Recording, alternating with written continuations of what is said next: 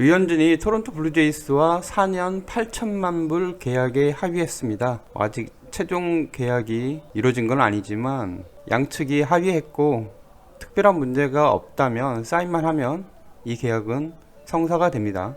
FA 대박까지는 아니더라도 충분한 가치를 평가받았다고 볼 수 있죠. 매년 2천만 불이라는 엄청난 금액을 받는 조건이 결코 낮은 금액일 수는 없습니다. 콜이 워낙 많은 금액을 받고 FA 계약을 했지만 나이나 외국인이라는 한계를 생각해보면 결코 적은 금액은 아니지요.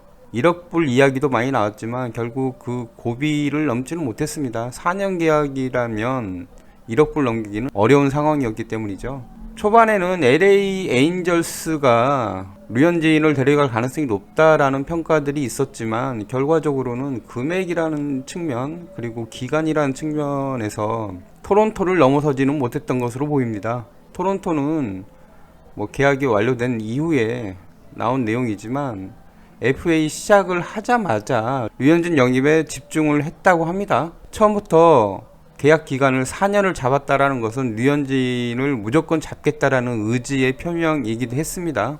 류현진이 한국에 오기 전 토론토와 접촉이 있었고 4년 제안을 먼저 했었다고 하죠. 최종적으로 금액이나 세부 조건들에 대한 합의들이 이루어지지 않았기 때문에 시간들이 좀 흘러가긴 했지만 결과적으로는 류현진이 원하는 모든 것들이 담긴 계약이 이루어졌습니다. 4년 8천만 불 엄청난 금액입니다. 그리고 류현진이 원했던 기간에 맞춰졌다라는 것, 그리고 결코 적지 않은 금액으로 에이스로서의 가치를 인정했다라는 것, 이것만 봐도 토론토와 계약은 충분히 가치가 있습니다.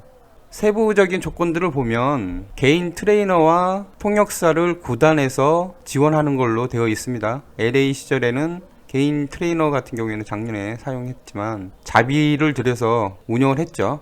이런 부분들도 구단에서 세심하게 배려를 했고, 더 중요한 거는 트레이드 거부권이 류현진에게 존재한다는 거죠. 처음에는 정구단 트레이드 거부권이 있다라고 알려졌지만 류현진이 10개 구단에 대한 트레이드 거부권을 가지게 되었다라고 합니다. 말 그대로 이 구단은 절대 안 간다 라고 생각하는 10개 구단을 제외하면 어느 구단과도 트레이드가 가능한 상황이죠. 토론토의 전력을 보면 즉시 우승에 근접하는 팀이라고 볼 수는 없습니다. 팀 전력상 우승에 근접하지는 않았습니다. 하지만 유망한 신인들이 많이 모여있고 이를 통해서 향후 몇 년 안에 우승에 도전해볼 만한 팀이다라는 평가들도 있습니다. 양키즈, 보스턴, 템파베이 등 강팀들이 모여있는 지구라는 점에서도 토론토 계약은 아쉬움이 좀 있죠. 아무래도 실력차가 워낙 크게 나다 보니 겨우 볼티모어를 밀어내고 꼴찌를 면하긴 했지만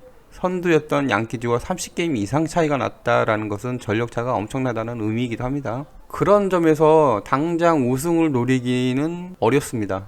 양키즈가 월드시리즈 우승을 위해서 콜을 영입을 했습니다. 기존 전력도 대단한데 콜까지 영입함으로써 양키즈는 우승에 좀 더 가까워졌죠. 이런 상황에서 과연 토론토가 어느 정도 성적을 거둘지는 아직은 판단 자체가 쉽지 않습니다. 더욱 내셔널 리그에 비해서 아메리칸 리그가 타격이 좀 더 강하다라고 알려져 있죠. 이는 투수가 타석에 나서지 않다 보니 쉬어갈 타선이 없다라는 의미이기도 하죠. 그만큼 투수들에게는 부담스러운 리그가 아닐 수 없습니다.